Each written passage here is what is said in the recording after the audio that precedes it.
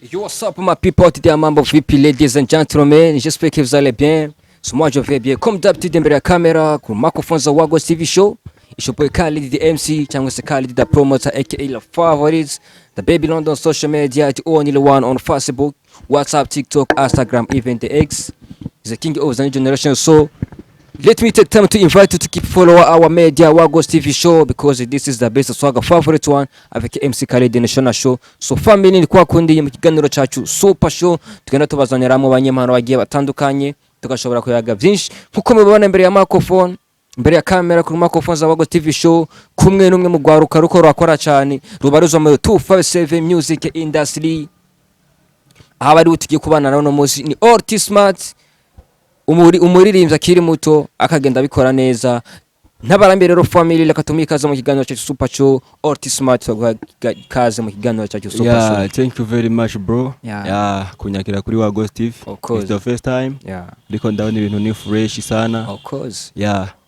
Yeah, thank you so much. So this is Orty Smart nkuko nababwiye umwanditsi w'indirimbo Feelings ikira trending amaka kanya ku rubuga rwa YouTube. So ndongenda baramukije bwa kisha nkemiriwe umwe wese bivanye nako aradukwirikirana aherereye abari mu gihugu cy'u Burundi hagati abari muri Africa abari United States of America abari United States of Arabic abari Europe abari Asia twabwiye turabakunda cyane rabaneza ko amaze kugira subscribe ku rubuga rwacu Wagos TV show kugira uze ubandanye uronkera amakuru update. So shout out to behind the camera Crema Pro wari kudufasha kugira ngo amasanamu ashobore kuza ameze fresh. So this is the master mic ndongenda gwa ikaze ku ndi curo Orty Smart mu kiganiro cyacu Super Show. Yeah, kanongere mbashimire kandi yazige gitoyi tumenyanye ariko mwaravuze ati gamutipe tugende tumusure turabe tugeze kuri bikorwa vyiwe ubundi nyene abantu nka mwebwe ni mu ntaba akeneye ubundi atamwebwe ibikorwa byacu n'ivyogera kure. Ya thank you so much. Big thanks, you are welcome. Yeah. So ni Orty Smart washoboye guhitamwo kuja muri domaine ya 257 music industry. Mbega ubabonye Orty Smart ku ncoro ya mbere, mbega Orty Smart ninde amazina nyakuri yiwe nayahe, mbega vuka he? Yeah, ku mazina yanje nyakuri nitwa Irashobe Ortiniel. Yeah. Ni nahavuye Orty. Donc Ortiniel. Ortiniel. Ni Orty ritamaze.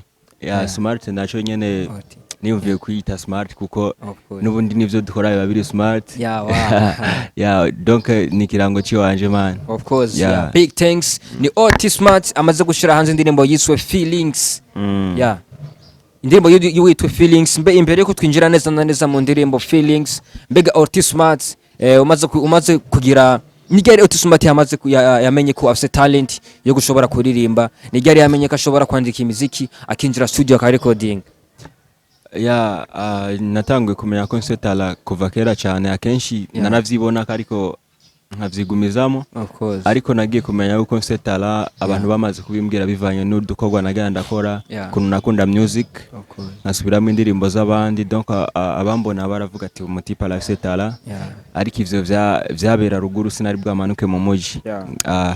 Maze kugera mu muji ndavuga ati why not ntogenda muri studio kuba narense music myinshi nanditse. Nararondeye amafaranga ncandaja muri studio ndakora. Ndabizi mutanguye kubona ibikorwa byanje vuba ariko ijya ndirimbo Feelings ivuga ni ya kabiri. Narabanje ndakora indirimbo ya mbere yitwa My Love. Nayo abantu barayikunze cyane ndavuga ati bwabo ndiri ibikorwa byanje bimeze fresh. Ndavuga ati reka ngenda bongere Feelings. Of course. Nababwira ko nubundi ko ndategura indi ndirimbo igirije out very soon. Yeah, muri makuru urabona ko namaze kwinjira muri game. Of course. Yeah. Donc n'umwanya Orty Smart agashobora gukurikiza indirimbo yiwe yiswe Feelings. Yeah, so nimba atari banga Orty Smart mbega igikorwa cyo bakitwa gute, igikorwa cyo bakimeze gute, mbega twitege ibitangaza ivyahe mu ndirimbo izokurikira Feelings nimba atari banga Orty Smart. Yeah, ntibimaze kubibanga kuko abafana banje benshi barazi ko ngira ndabatemo ingoma nshasha. Of course. Ndakunda no ku kola hashtag iyo ndiko ndapostinga ku ma platform nkoresha. Abantu benshi baramaze kumenya ko ngiye gusohora indirimbo yitwa Soja. Ndanababwira ko donc iramaze kugera kuri 95%. Of course. Sigura ko iyi week dutangura. Ntishobora kurangira ntayibatayemo. Wow. Family nkuko muvyumvise ni Orty Smart atubwira ati umwanya n'umwanya igikorwa gishasha kizokurikira Feelings kigeze kuri 95%. Ni kuvuga next week ashobora kudutama ikindi gikorwa family. Rabaneza uje ku rubuga rwa Otismart kugira ngo ushobore gushigikira umwana w'igihugu, ugire subscribe ku rubuga rwiwe, ugire like, comment na partage kugira ngo ushobore kumufasha gushikana ibikorwa vyiwe kure. Uburaba makini, uburaba tayari kugira ngo indirimbo Soja akishira ikija kuri platform uzobonye notification ubwa mbere hejuru ongo bagende bakore subscribe kugira baze baronke notification bamenye ko nabatayemo, ariko avake ndayishaka ko ndabizi nzobamenyesha no munsi kugira babe tayari. Of course, thank you so much. Sony Otismart amaze kugaragara muri 257 music industry. Mbega kubera ki Otismart yashoboye guhitamwo 257 music industry, atahisemwo 257 cinema, atahisemwo gukina umupira, nariga tuzi ko talent ari nyinshi. Talent ni nyinshi bro, ariko buri muntu wese afite tala yagenewe. Ubundi umuntu wese afite tala imurimo bro. Sinari kuja mu bintu by'amafilme kuko numva ntari proud navyo, bisigura ko ntari ndabisemo ubushobozi. Nagiye muri music kubera arivyo numva bindimo ndanabikunda, kandi hari n'abandi baje muri music bikanze ko babifisemo impano ariko bikanka. Ariko rero maze kubijamo nkabona ndakoze indirimbo ya mbere barayikunze, niya kabiri barayikunze, navuze ati rero ubu kubandanya ndabatamo kubera ndabona ndashoboye. Nubwo haba hari abantu benshi bataremera, ariko iyo bemeje baremera. Kandi abapinga navyo bemeye. Urabemeza nyene kubera nawe ubwawe uba wizeye. Uravuga ati rero nujya muntu jatanyemera ntegezo wakora cyane kugira yemere. Ubundi je nk'iyo nshize nk'indimbo yanje kuri YouTube, akenshi harabamo ama comments hari negative, ariko ijya commentaire yawe iri negative niyo ncankorera ko ndavuga ati wowe rero wapinze, ndabizi nzokora cyane mpaka wemeye. Ndakeneye kubona indi commentaire yawe mu ndirimbo ngiye kubaha wamanisa amaboko wemeye. Kandi ibyo zose birashoboka, birashoboka bro, zose no gukora gusa. Sony Otismart maze gushira hanze mwaka kanga tuvuga indirimbo iri on trend, indirimbo wise Feelings. Kubera ikizina canke title Feelings? Title Feelings ni ibintu byanjemo.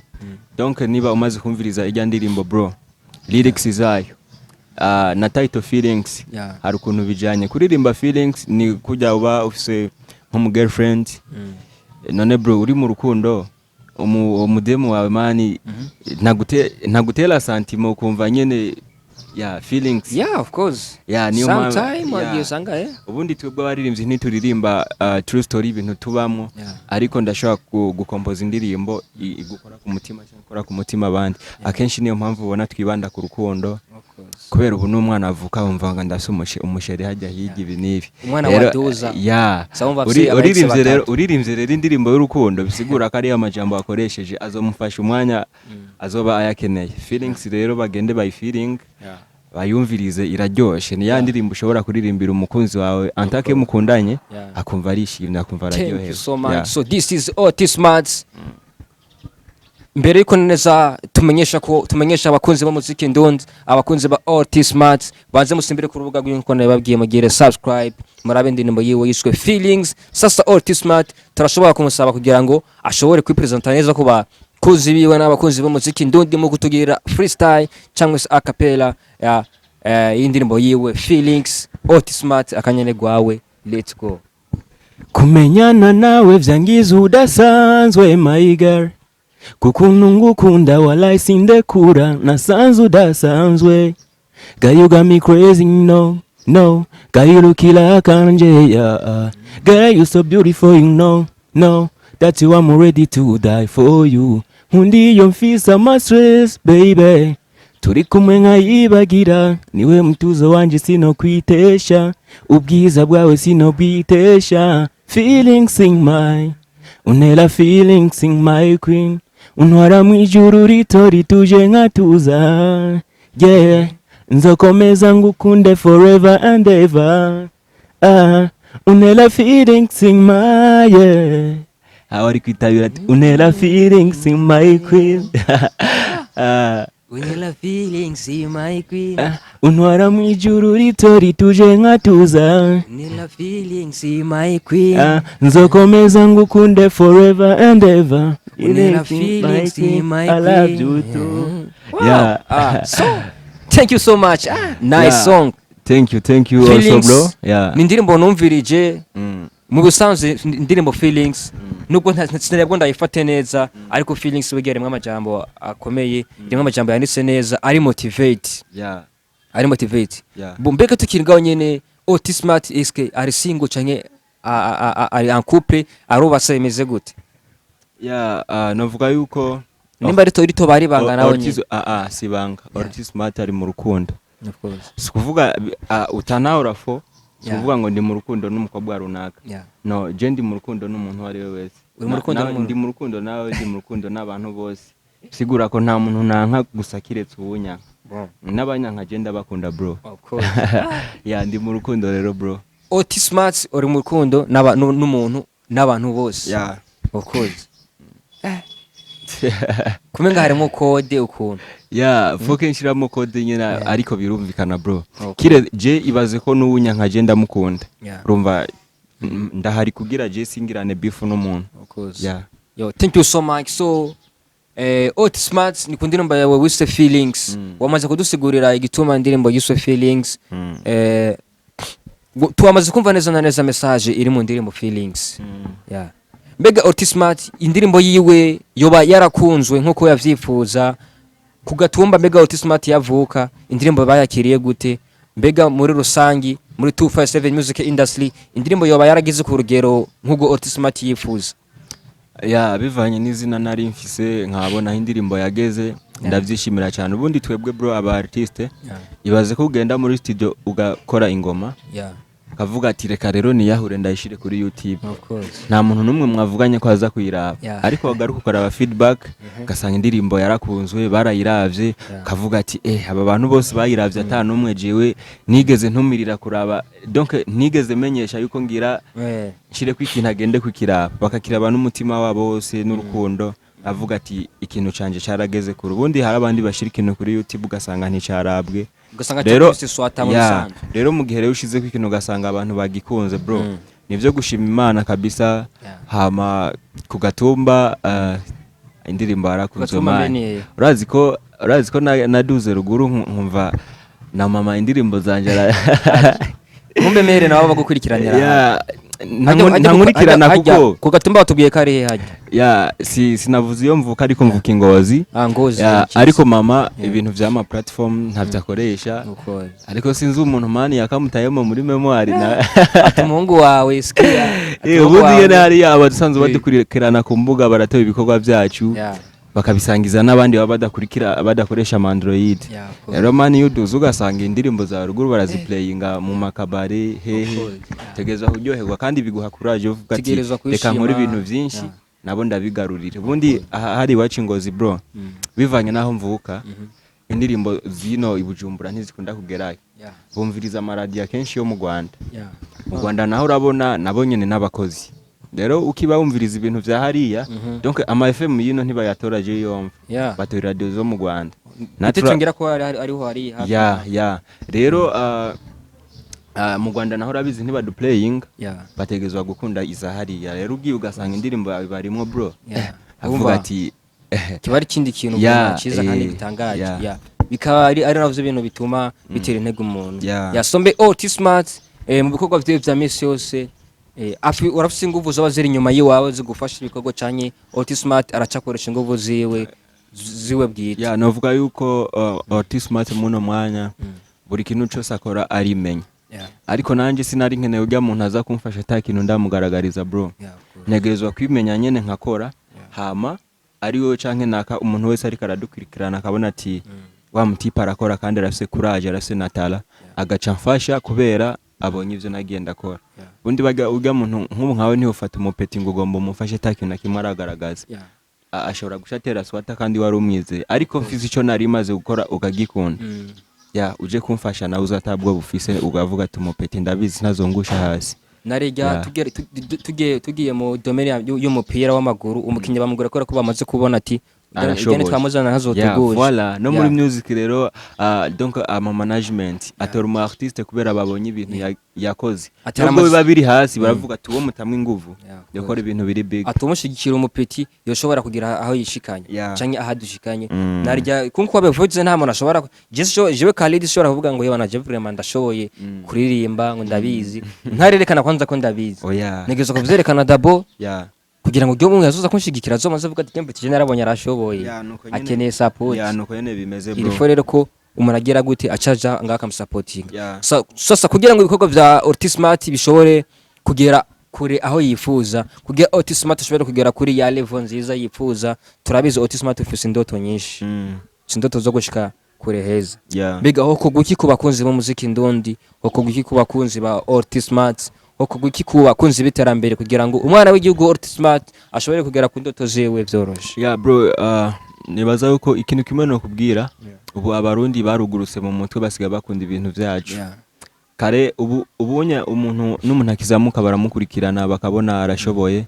Niyo mpamvu ubona akenshi mu industry abantu bakora umuziki bariko baratera imbere kandi ubu harimo n'amafaranga nimba ubona umuririmbyi runaka yaguze imodoka yakuye mu muziki kare urabizi ntivyabaho bro wararirimba ukaba ufise amahiti hehe na hehe bakuza ari kwigena n'amaguru ubu rero umuziki ni business kandi nanje ndakora nka business no tumira abantu kudukurikirana bakumva ivyo dukora ko atari ibintu vy'ubusazi nkuko babifata kera bamenye ko turi muri business hajya umuntu wa ruguru atori isuka akaja kurima nuko abazi yuko azokwimbura swati imvura izogwa ibitembane yongera asubira rimwe donc nk'ubuju muziki navuga yuko nta kintu nakimurampa kigaragara atari abantu gusa kubera ndamaze kuronka abantu benshi kubera nkora umuziki navuga ati rero ni business ni nk'umurimyi ubu ndacari mu bihe vyo kwinvestisa sindatangura kubona imisaruro ariko ninagumana courage nk'iyo mfise n'imisaruro izose kandi urabizi umurimyi bro nta cikinege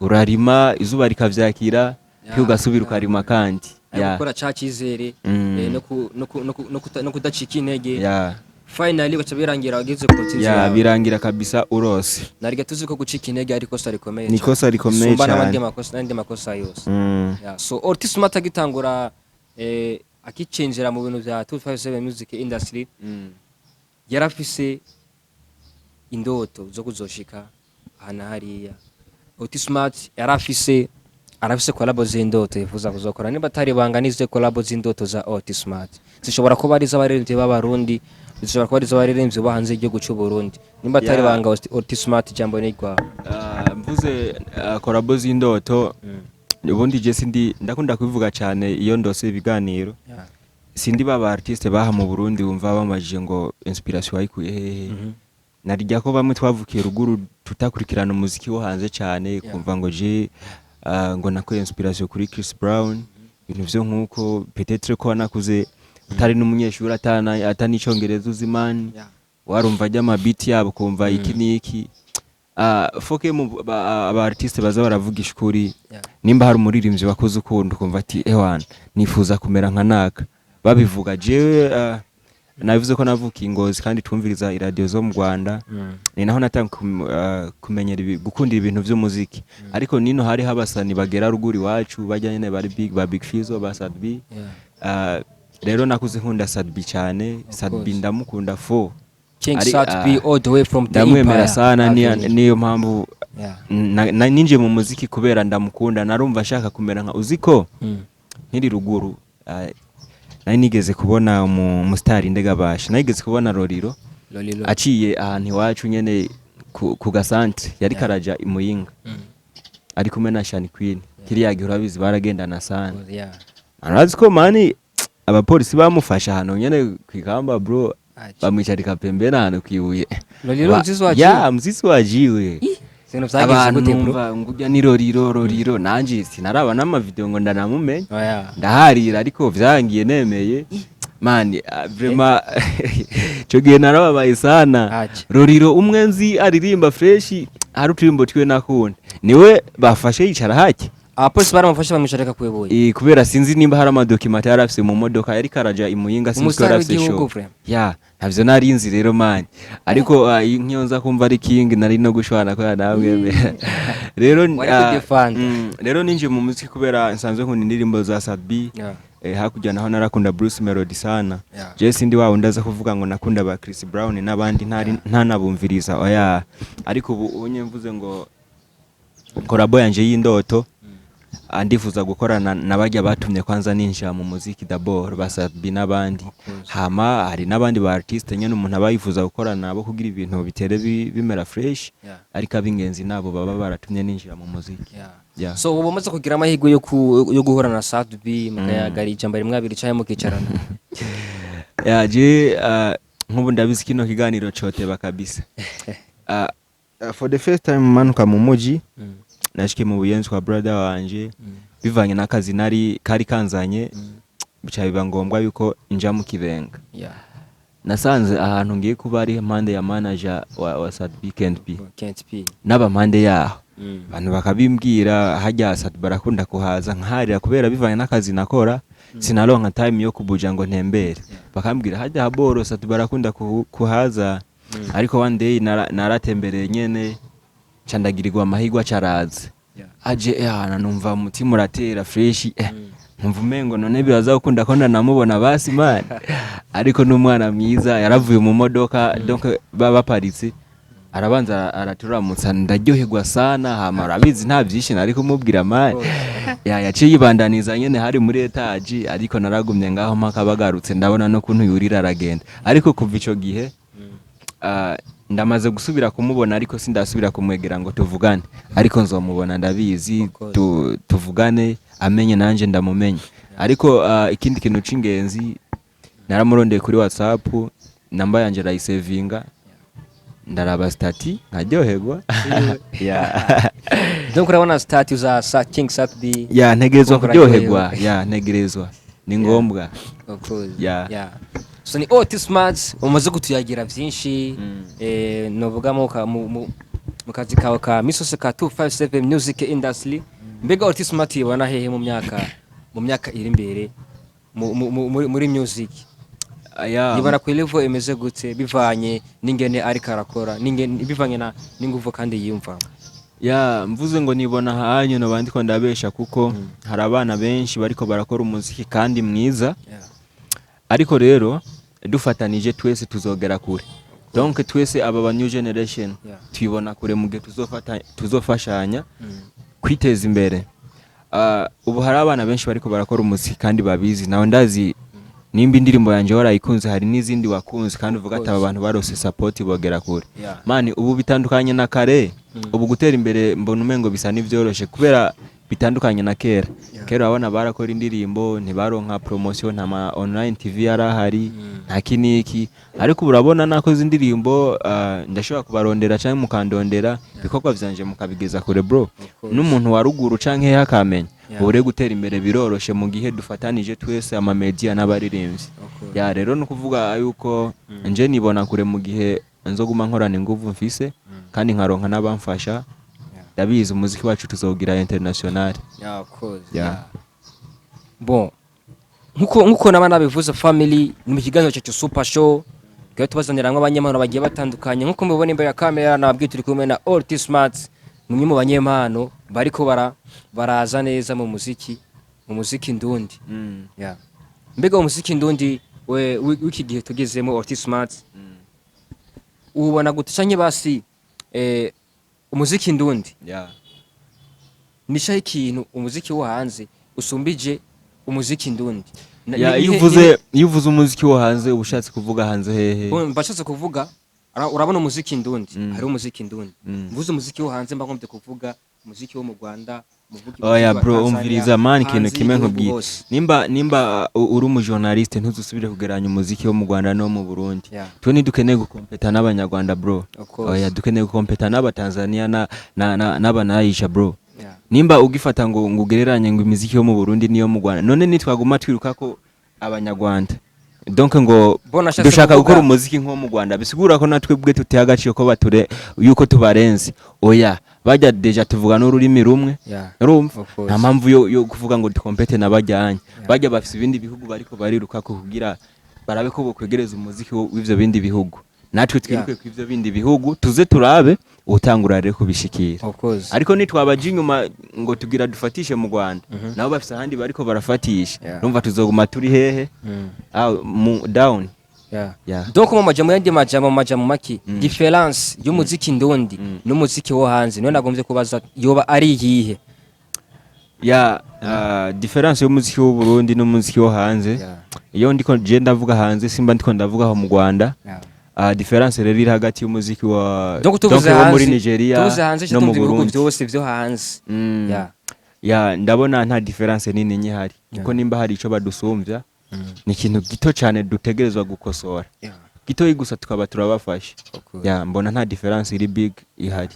So thank you so much Otismart. Mbere ko turangiza ikiganiro cyacu hari message uvuga ati byinshi nabivuze hari n'ivyo peut-être no bamutambagije hari message Otismart avuga ati message sora gana ntayishikirije.